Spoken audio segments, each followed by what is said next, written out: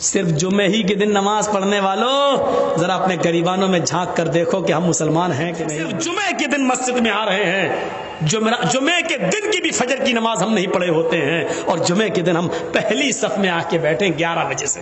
مولانا جرجی صاحب خطبہ دیں گے، 11 بجے سے مسجد بھر۔ حضرت عمر فاروق رضی اللہ تعالیٰ عنہ نے ایک بار فجر کی نماز پڑھائی، اور فجر کی نماز پڑھانے کے بعد جب سلام پھیرا تو کیا دیکھا کہ ایک آدمی کی فجر کی نماز میں ایک رکعت چھوٹ گئی، یعنی وہ بعد میں آیا تھا، حضرت عمر ایک رکعت پڑھا چکے تھے، وہ بعد میں آیا تو ایک رکعت میں شامل ہو گیا، تو اب جب سلام پھیرا جائے گا تو ایک رکعت بعد میں پڑھے گا نا، وہ پوری کرے گا۔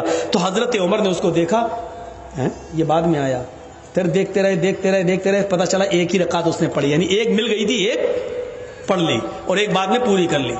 حضرت عمر نے اس کو کچھ نہیں کہا۔ جب باہر نکلے تو خفیہ جو CID ہوتی ہے، خفیہ CID جو گپت طریقے سے پتہ لگا کے خبر دیتی ہے کہ یہاں اسلام کے خلاف یہ لوگ ہیں، یہ ષڈینتر رچ رہے، تو خفیہ CID کو بلایا اور کہا کہ دیکھو وہ آدمی جو وہ دیکھو، وہ کہا ہاں دیکھا، اس کا نام ڈائری پہ نوٹ کرو۔ CID نے نوٹ کر لیا، کہا کہ اس کے بارے میں پتہ لگانا یہ روز دیر سے آتا ہے یا آج ہی دیر سے آیا ہے، نظر رکھنا، میں تو دوسری بستی میں دوسرے علاقے میں جا رہا ہوں، کل بھی دیکھنا اور پرسوں بھی دیکھنا، اگر کل بھی دیر سے آیا اور پرسوں بھی دیر سے آیا، اگر یہ 3 دن دیر سے آیا تو میں اس کو سزا دوں گا۔ CID نے کہا کیا سزا دیں گے؟ کہا میں اس کا داہنا ہاتھ کاٹ دوں گا اور بایاں پیر، یا دایاں پیر کاٹ دوں گا اور بایاں ہاتھ، ہم اس کا ایک ہاتھ کاٹیں گے اور اس کا ایک پیر کاٹ دیں گے، اگر دایاں ہاتھ کاٹیں گے تو بایاں پیر، اور بایاں ہاتھ کاٹیں گے تو دایاں پیر، اس کو خلاف سے ہم کاٹ دیں گے، ہم اس کو یہ سزا دیں گے۔ کہا امیر المومنین کیوں؟ کہا میں نے جناب محمد رسول اللہ کو یہ فرماتے ہوئے سنا ہے کہ منافقوں کے اوپر 2 نمازیں بڑی بھاری ہوتی ہیں، ایک عشاء کی اور ایک فجر کی۔ وہ عشاء کی نماز میں سستی کرتے ہیں اور فجر کی نماز میں تاخیر سے آتے ہیں، اگر یہ 2 دن اور دیر سے آیا تو میں سمجھوں گا کہ یہ منافق ہے۔ 3 دن اگر مسجد میں دیر سے آیا تو میں سمجھوں گا کہ منافق ہے۔ ایک وقت کی نماز چھوٹی تھی، وہ بھی ایک رکعت۔ صرف جمعے ہی کے دن نماز پڑھنے والوں ذرا اپنے گریبانوں میں جھانک کر دیکھو کہ ہم مسلمان ہیں کہ نہیں ہیں۔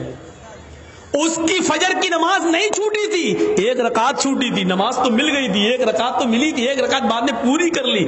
پیشاب پائخانے میں بھی دیر ہو سکتی ہے، سو کر اٹھنے میں بھی دیر ہو سکتی ہے، موبائل کا زمانہ نہیں تھا، الارم کا زمانہ نہیں تھا، آنکھ دیر سے بھی کھل سکتی ہے، بیچارہ سو گیا ہوگا یا جنگل میں کھیت میں لیٹرین اور پیشاب کرنے جانا پڑتا، ہو سکتا ہے کہ لیٹرین میں دیر ہو گئی ہو، بیچارے کو آنے میں کوئی بھی وجہ ہو سکتی ہے، لیکن حضرت عمر نے فوراً سزا نہیں دی، کہا ہو سکتا ہے ایسا، اس لیے آج دیر ہو گئی ہو، لیکن کل بھی دیکھنا اور پرسوں بھی دیکھنا، روز دیر تھوڑی ہوگی۔ اگر منافقت اس کے اندر آ گئی ہوگی تو یہ کل بھی دیر سے آئے گا اور پرسوں بھی دیر سے آئے گا، اور 3 دن دیر سے آیا تو میں اس کا ایک ہاتھ کاٹ دوں گا اور ایک پیر کاٹ دوں گا۔ ذرا اس واقعے کی روشنی میں ہم اپنے گریبانوں میں جھانکیں اور دیکھیں، سوچیں اور دیکھیں کہ ہم کتنے پکے مسلمان ہیں۔ صرف جمعے کے دن مسجد میں آ رہے ہیں، جمعے کے دن کی بھی فجر کی نماز ہم نہیں پڑھے ہوتے ہیں، اور جمعے کے دن ہم پہلی صف میں آ کے بیٹھیں 11 بجے سے۔ مولانا جرجی صاحب خطبہ دیں گے، 11 بجے سے مسجد بھر گئی، جو پورے ہفتے مسجد میں نہیں آیا، مولانا جرجی کا خطبہ سننے کے لیے آج پہلی صف میں بیٹھا، سعودی عرب کا رومال ڈال کر، جنت الفردوس بھی لگایا، خوشبو آ رہی ہے، پہلی صف میں بیٹھا ہوا ہے بیچارہ، سعودی عرب کا رومال بھی ڈالا ہوا ہے، اور جمعے کے دن نماز پڑھ کے نکلا، داڑھی پہ ہاتھ پھیرتے ایسا لگ رہا ہے جیسے اللہ تعالیٰ پہ بہت بڑا احسان کر کے آیا ہے۔ سماج کے لوگ میٹنگ کریں، بتائیں ان بے نمازیوں کے لیے آپ کے ہاں کتنے ایکشن لیے گئے، کتنے ایکشن؟ آپ جواب نہیں دے پائیں گے اس بات کا، آپ جواب نہیں دے سکتے اس بات کا، کتنے ایکشن لیتے ہیں آپ؟ شرابیوں پر ایکشن نہیں، جواریوں پر ایکشن نہیں، صرف لڑکا لڑکی لے کے بھگ جائے تو ایکشن لے لیتے ہیں آپ۔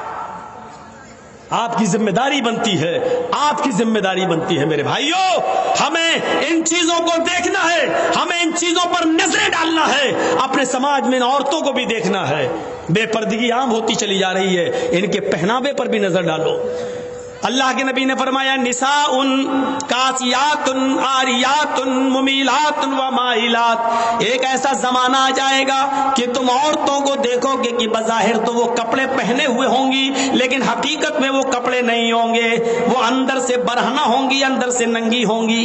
دیکھ لیجیے آپ ہاف آستین کے کپڑے پہن رہی ہیں آپ، جو غیر شادی شدہ ہے جن کی شادی نہیں ہوئی وہ شلوار سوٹ پہنتی ہیں، آستینیں کھلی ہوئی ہیں، دوپٹہ بھی اب سر پہ نہیں رہا۔ اللہ کے رسول جب معراج پہ گئے تو آپ نے دیکھا کہ کچھ عورتوں کو سر کے بال پکڑ کر ایک درخت سے لٹکا دیا گیا جہنم کے اندر، اور ان کو الٹا الٹا ان کو گھمایا جا رہا ہے، اور ان کے ہاتھ پیچھے سے باندھ دیے گئے ہیں، اور ان کے دونوں سینوں میں، عورتوں کے دونوں سینوں میں کھنجر ڈھونک دیے گئے ہیں یہاں سے، اور یہاں نکال لیا گیا ہے، یہاں سے کھنجر ڈالا یہاں نکالا گیا ہے۔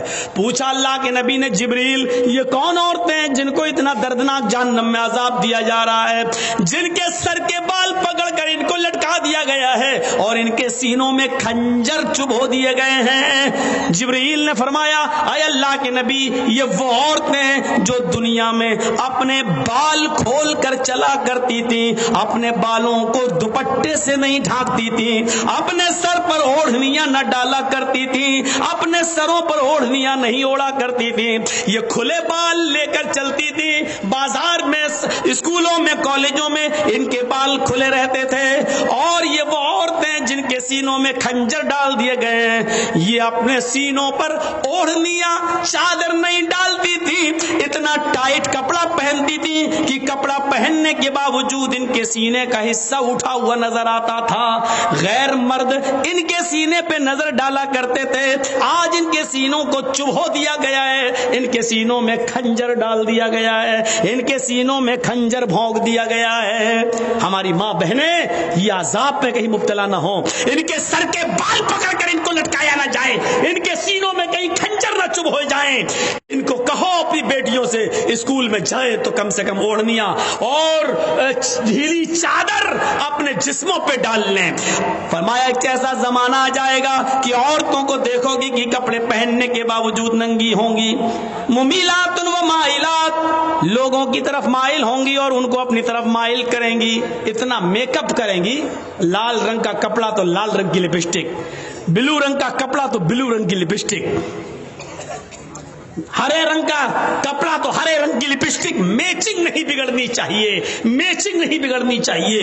یہ میک اپ اتنا کریں گی کہ نوجوانوں کو اپنی طرف کھینچیں گی اور خود نوجوانوں کی طرف کھنچ جائیں گی۔ لا يدخلن الجنت ولا يجدن ريحها، یہ عورتوں کو جب دیکھو تو سمجھ لینا یہ عورتیں کبھی جنت میں داخل نہیں ہوں گی اور جنت کی خوشبو بھی نہیں پائیں گی۔ ایسی عورتوں پر اللہ نے جہنم واجب کر دی اور جنت کو حرام کر دیا، یہ عورتیں کبھی جنت کے اندر داخل نہیں ہوں گی۔ جنت میں داخلے کے لیے ڈھیلا ڈھالا کپڑا ضروری ہے، پردہ ضروری ہے۔ حضرت فاطمہ کا انتقال کا وقت آیا تو رو رہی تھی، کہا علی نے کیوں رو رہی ہو، ایک دن تو سب کو اس دنیا سے جانا ہے۔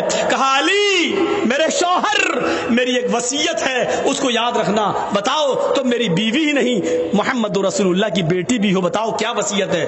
فرمایا جب میرا انتقال ہو جائے، میری روح نکل جائے تو مجھے رات میں دفنانا، دن میں نہیں۔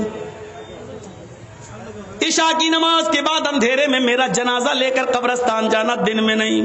حضرت علی نے کہا یہ تم نے ایک نئی مصیبت میرے اوپر ڈال دی، مان لو فجر کے بعد اگر تمہارا انتقال ہو جاتا ہے تو ظہر کے بعد دفن کیا جائے گا، ظہر میں انتقال ہوتا ہے تو عصر میں، اب فجر کے بعد اگر انتقال ہو جائے تب بھی ہم عشاء کے بعد تمہیں دفنائیں، یہ کہاں کی عقل مندی ہے؟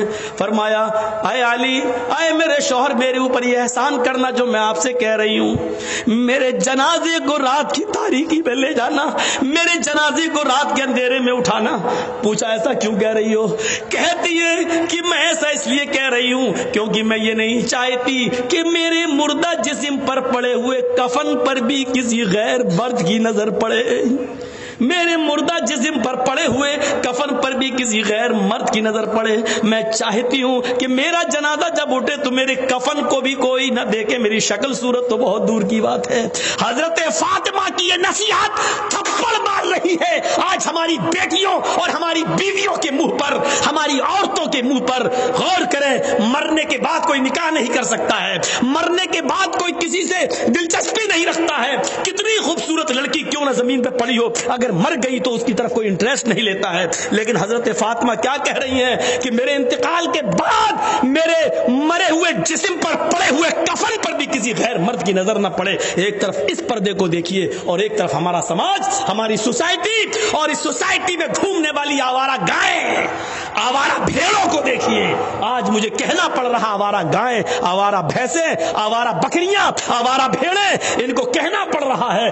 آپ یہ مت کہیے کہ مولانا جرجیس مثال غلط دے رہے ہیں. ضرورت پڑنے پر قرآن نے بھی چوپایوں کی مثال دی ہے. اولئک کالانعام بل ہم اضل, یہ چوپایوں کی طرح ہیں بلکہ ان سے بھی زیادہ گئے گزرے. جب قرآن انسان کو اللہ چوپایوں کی طرح کہہ سکتا ہے, اگر ہم نے ان کو بے لگام گھوڑی اور بے لگام اونٹنی یا ہم نے آوارہ بھیڑوں بکری کہہ دیا تو کوئی غلط نہیں کیا, کوئی غلط نہیں کیا. ہمیں اپنے معاشرے پر نظر ڈالنا ہے. میرے بھائیوں, 1:02 ہو چکا ہے.